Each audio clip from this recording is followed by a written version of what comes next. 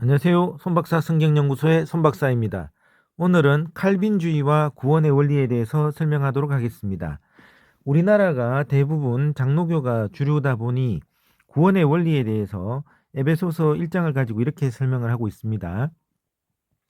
자, 세상의 창건 이전에 그리스도께서 친히 우리를 택하사, 우리를 예정하사, 그래서 우리를 이제 아들로 이제 입양하셨다, 이제 자녀 삼았다, 뭐 이런 뜻으로 이렇게 나와 있죠. 그래서 이제 우리가 예수 그리스도를 믿게 되는 이제 원리가 하나님께서 택해 주시고 택하심, 다른 말로 하면 예정하심이죠. 예정하심으로 그 다음에 이제 우리가 이제 구원을 받는 거죠. 이제 양자가 되는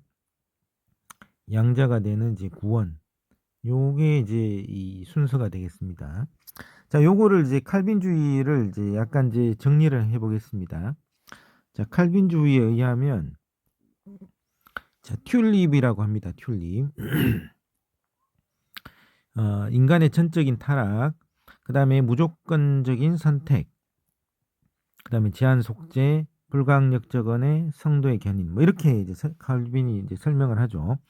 그래서 인간이 이제 무조건적으로 이제 완전히 타락했기 때문에 스스로 믿을 수가 없다. 그래서 하나님께서 선택한 사람만 이제 구원을 받을 수 있다는 거죠.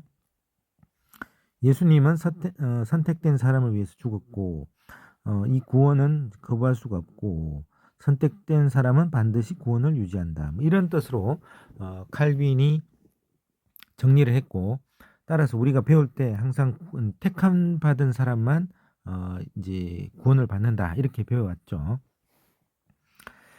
그렇지만 성경이 어떻게 되는지 한번 보겠습니다. 자, 성경에는 자, 요한복음에 보면 3장 16절에 잘 나와 있죠. 이제 세상을 이처럼 사랑하사 독생자를 주셨으니 누구든지 그를 믿는 자는 생명을 얻게 하심이라. 누구든지 구원을 받습니다. 택한 백성이 구원받는 게 아니고. 자, 베드로전서에 보겠습니다.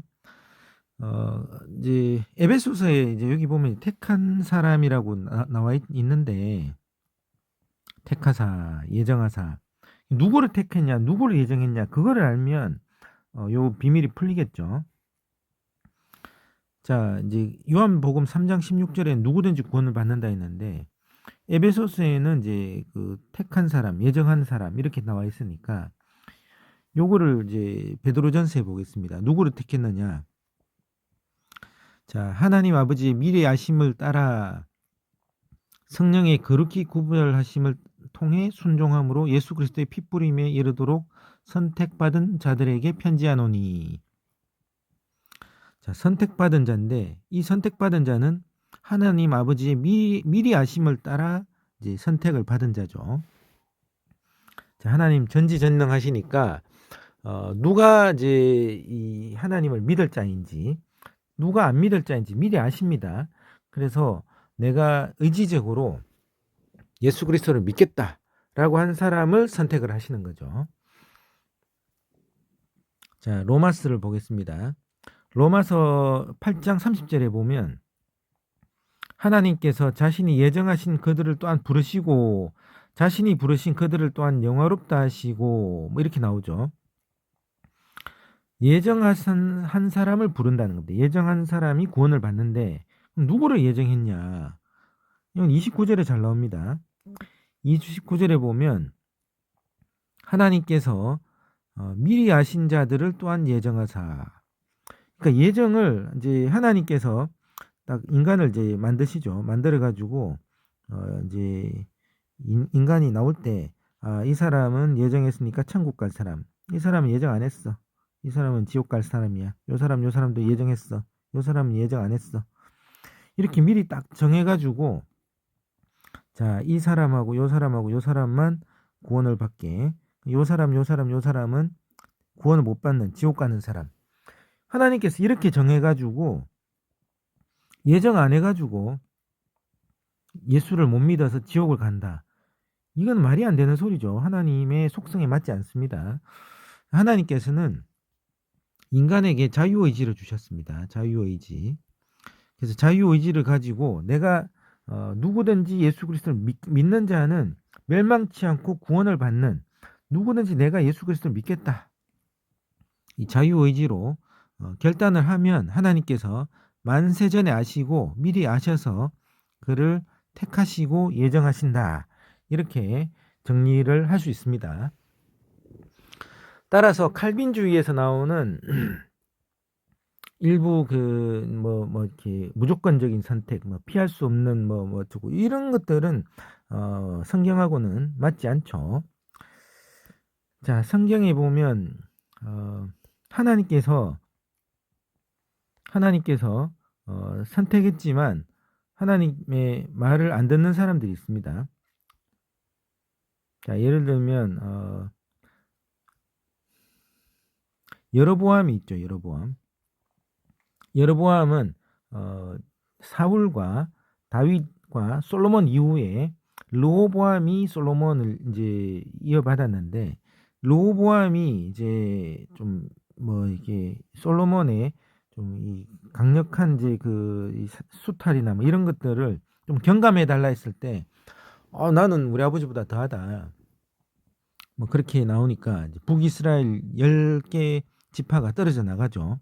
그때 이제 북이스라엘의 첫째 왕이 여로보암인데, 하나님께서 이 여로보암을 불러서 이 명령과 법도를 지키면 너와 확실한 이제 너를 위하여 확실한 집을 세우겠다. 왕권을 보장하죠. 왕권을 보장했는데 그가 금송아지를 만들고 베델과 단에 금송아지를 만들어서 이제 제사로 못 가게 막 하죠. 이렇게 하니까 하나님께서 여러 번 이제 여로보암을 이제 되돌리려고 했는데 자기가 결국은 안 믿으니까 여로보암은 악한 왕의 대명사가 되어버렸습니다. 또한 이제 예후가 있죠. 예후.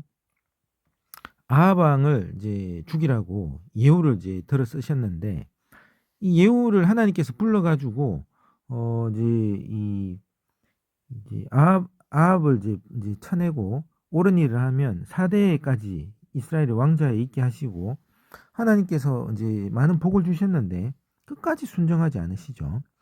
따라서 하나님께서 부르신 자는 많습니다. 부르심을 받은 자가 다 구원받은 자가 아니다. 이거를 강력하게 보여주고 있죠. 자, 우리가 이제 마태복음에 한번 보겠습니다. 마태복음 22장에 보면 하늘의 왕국은 마치 아들을 위한 혼인잔치와 같다. 결혼식에 많은 자를 초청을 했습니다. 초대를 했는데 모두 다 난 장가 가야 된다, 나는 뭐 일해야 된다, 이렇게 안 오는 겁니다. 안 오니까 이제 왕이 노하여 군대를 보내서 도시를 태우고 다 죽여버리죠. 그래서 하나님께서 말씀하십니다. 마태복음 22장 14절에 부름받은 자는 많으나 선정된 자는 적으니라 하시니라. 그래서 하나님께서 부르셨다고 하면 하나님께서 이 부르심이 아주 중요한데 이 부르심이 구원이 아니다 이거죠. 따라서 이제 택한 자가 이렇게 구원받는 이게 아니고, 택하기 전에 내가 의지적으로 결단을 해야 되죠. 의지적 결단을 하면 하나님께서 만세전에 아시고 미리 아셔서 결단한 자를 택하고 그가 구원을 받는, 이런 이제 식으로 되는 겁니다. 따라서 택한 백성이 구원을 받는다고 하면 어떻게든 믿게 되니까 전도 안 해도 알아서 예수 믿겠죠. 근데 그게 아니고 예수를 믿으라고 우리가 말씀을 이제 알려주고, 이 사람이 말씀을 듣고 마음으로 믿고 입으로 시인하여 예수 그리스도를 입으로 시인했을 때 의지적으로 결단했을 때 하나님께서 만세전에 택하여 주신다. 그래야 구원을 받는다. 이런 것을 알 수가 있죠. 그래서 이제 택한 백성이 구원받는다라는 장로교의 논리는 조금 안 맞습니다. 그러면 이제 우리가 이제 많은 교단이 있죠, 그죠? 많은 교단이 있는데 장로교도 있고 감리교도 있고 여러 가지 교단들이 있습니다. 있는데 여기 보면 좀 정리를 해보면 제가 이렇게 정리를 했는데 이게 잘 안 보이네요. 이 장로교는 칼빈주의죠. 칼빈주의. 침례교, 감리교, 성결교는 칼빈주의가 아닙니다.